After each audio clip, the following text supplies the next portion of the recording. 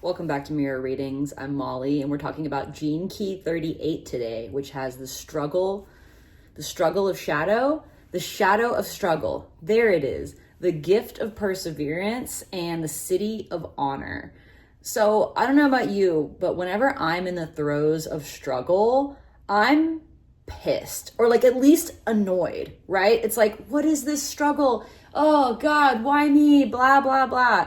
Yo, we are living in the dimension of polarity here, right? Dark, light, good, bad, male, female. Resolving polarity, getting out of it, like moving the spectrum of polarity into itself to achieve unity consciousness. I believe that's what we're experiencing right now as our consciousness expands.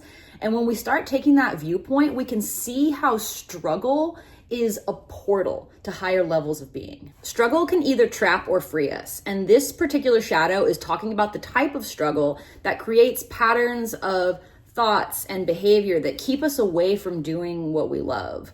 I mean, what in the world is the point of having the human experience? Like, if we're not getting some enjoyment out of it, like, yeah, our souls need to grow, blah, blah, blah, whatever. I'm here to have a good time, okay? I don't know about you guys. And what tends to happen when we're locked in this polarized thinking is we see struggle as a bad thing instead of like taking the more meta layer of seeing the human game, that like polarity is just built into our experience. So of course, something that seems negative, like struggle, is a portal to higher states of being, which are more enjoyable. Making dedicated time to do what we love, even if it's a struggle, is exactly the type of struggle that frees us. And when we don't do that, when we repress what we love, we can end up with a defeatist attitude. Like, we don't even catch ourselves becoming like total Eeyore Debbie Downers. We're just like, we develop this perception that sort of expands over time that nothing is ever going to work out.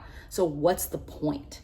And in a reactive state, struggle makes us aggressive, right? Like I said before, when I'm in struggle, I'm annoyed on the low end and like just like blindingly pissed on the high end. And that can make me aggressive. I don't even have this key in my profile, but we all deal with this. Struggle is a universal part of the human experience, and it refines our awareness. It strengthens our resolve, right? Struggle is what forges us in the fire of like becoming the best versions of ourselves.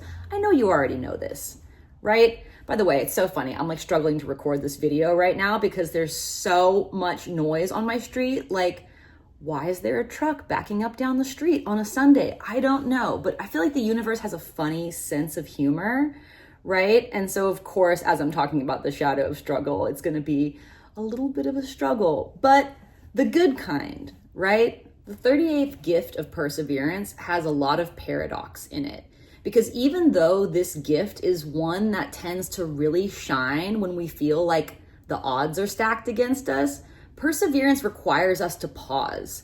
We have to pause and like go limp, so to speak, become completely neutral and like just resting in inaction, take a big pause to break the trap of struggle, right? Struggle will have us like thrashing around trying to change things, but perseverance asks us to pause first and then take divinely inspired action. First of all, pauses are part of the natural rhythm of life, right? There's always a pause between cycles of death and rebirth, or before, the little plant that dies, quote unquote, in the winter comes back and flowers in the spring. There's always a pause. So when we pause, we're matching the natural rhythms of life. Love is also baked into this gift, right? Like, what's the difference between struggle and perseverance, right? You could be taking the same action in both of those different frequencies, but in perseverance, we're able to act with love. We love the struggle. We know it's a portal to something better, and so we're able to meet it with a positive attitude. Those who embody this gift of perseverance understand struggle. They understand its purpose and have like radical empathy for those who are trapped by it, right? When you're in the grips of that struggle, they're able to pull others out of it just by showing up in that gift frequency. And then they see the honor in the struggle, right? And the honor of treating the struggle as sacred and still being able to persevere with love. And that's the first glimpse of the Siddhi of the 38th gene key. Richard Rudd says the field of honor, that it's literally like a morphogenetic field, like an information field that is uplifting humanity as more and more of us learn to honor the lessons of our struggles.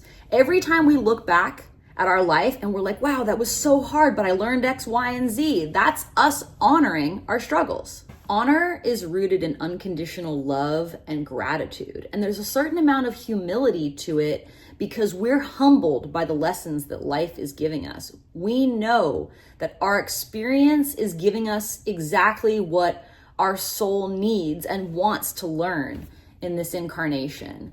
Honor is a word that's often associated with death, right? Like dying an honorable death, but you can also think of it as an ego death, right? When we honor our struggles, the willfulness of our ego is quieted and we see ourselves as part of the whole instead of this like individual, like struggling, you know? When we access this Siddhi of honor, which is available to all of us, we are so reverent for the experience that life gives us, right? We are in complete honor of divine will, the creator, and we see ourselves as just agents of that divine will. Our individuated perspective, as with all the Siddhis, kind of melts away and we see ourselves in this limited perspective that we have in this human form, and we're able to honor the divinity that's working through us, knowing that there's a way higher perspective. We can never know what we can't know while we're in form,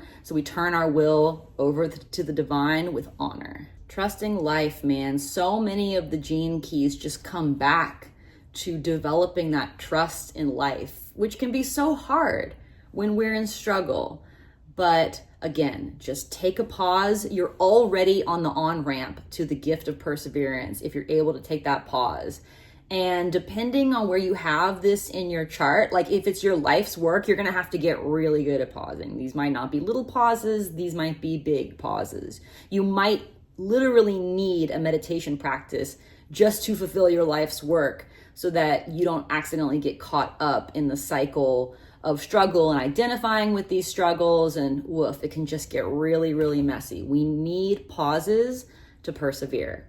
I'm Molly. Thank you so much for visiting my channel. And if you'd like to get a Gene Keys reading with me, please visit my website, mirrorreadings.com, and subscribe to this channel to save 15% on all my offerings.